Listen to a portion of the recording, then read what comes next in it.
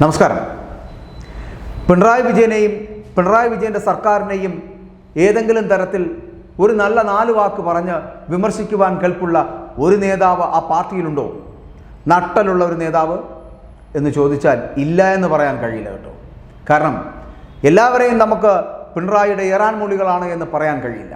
കാരണം ഈ അടുത്ത ദിവസങ്ങളിൽ നടന്ന പാലക്കാട് നെന്മാറ ഇരട്ടക്കൊലക്കേസുമായി ബന്ധപ്പെട്ട് വരുന്ന വിഷയങ്ങളിൽ വലിയ ചർച്ചയാവുകയും ആ വിഷയം ഏതു തരത്തിൽ കൈകാര്യം ചെയ്യണമെന്ന് അറിയാതെ നിൽക്കുന്നൊരു കാലാവസ്ഥയിൽ അതിനെതിരെ ഒന്ന് ശബ്ദമുയർത്തുവാൻ പാർട്ടി തലങ്ങളിൽ നിന്നോ മന്ത്രിമാരുടെ ഇടയിൽ നിന്നോ ജനപ്രതിനിധികളിൽ നിന്നോ ഉണ്ടായിട്ടില്ല എന്നുള്ളത് ഖേദകരമാണ്. പക്ഷേ അതുകൊണ്ട് തന്നെ നമ്മൾ ചിലപ്പോൾ വിചാരിക്കും ഈ പാർട്ടിയിൽ നട്ടലില്ലാത്ത ഒരാൾ പോലും ഇല്ലല്ലോ എന്ന്.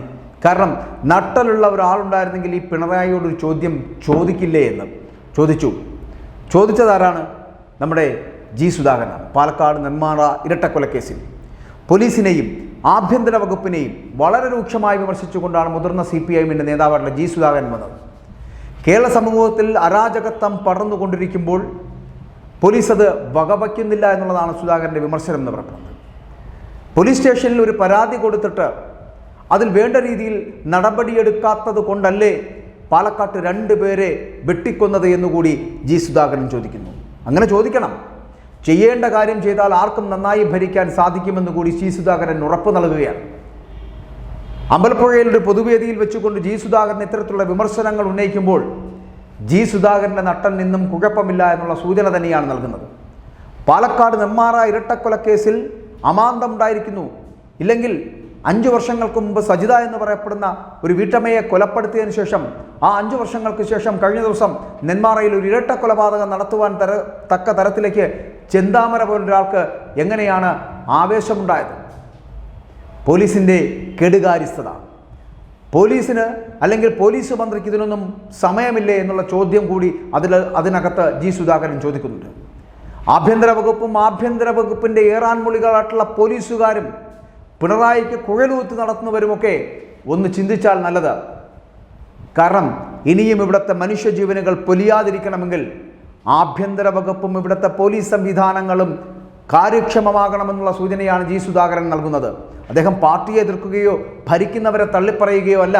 പകരം ആഭ്യന്തര വകുപ്പിനുള്ളിൽ നടക്കേണ്ടത് വളരെ കൃത്യമായി നടന്നിരുന്നുവെങ്കിൽ, കാരണം കഴിഞ്ഞ ദിവസം ഈ ഇരട്ടക്കൊലപാതകത്തിൽ മരണപ്പെട്ട ആൾ ഇതേ നെന്മാറ പോലീസ് സ്റ്റേഷൻ നൽകിയ പരാതി എന്തുകൊണ്ട് അന്വേഷിച്ചില്ല?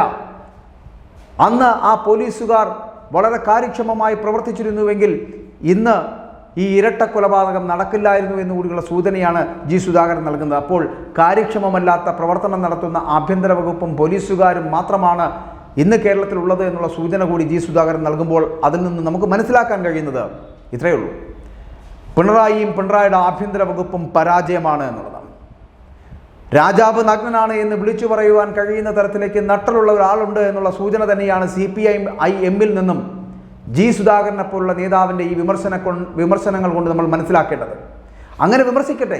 വിമർശനങ്ങളിൽ നിന്ന് നല്ല പാഠങ്ങൾ ഉൾക്കൊണ്ടുകൊണ്ട് പുതിയ തലത്തിലേക്ക് ഉയർന്നു വരാൻ ഈ സർക്കാരിന് കഴിയട്ടെ. ഒപ്പം ജനങ്ങളുടെ ജീവനും സ്വത്തിനും സംരക്ഷണം നൽകുവാനുള്ള ബാധ്യത ഞങ്ങളുടേതാണെന്നുള്ള തിരിച്ചറിവ് വോട്ട് നേടി അധികാരത്തിലെത്തിയ ഈ പിണറായിയെപ്പോലുള്ള നേതാക്കന്മാർ മനസ്സിലാക്കട്ടെ.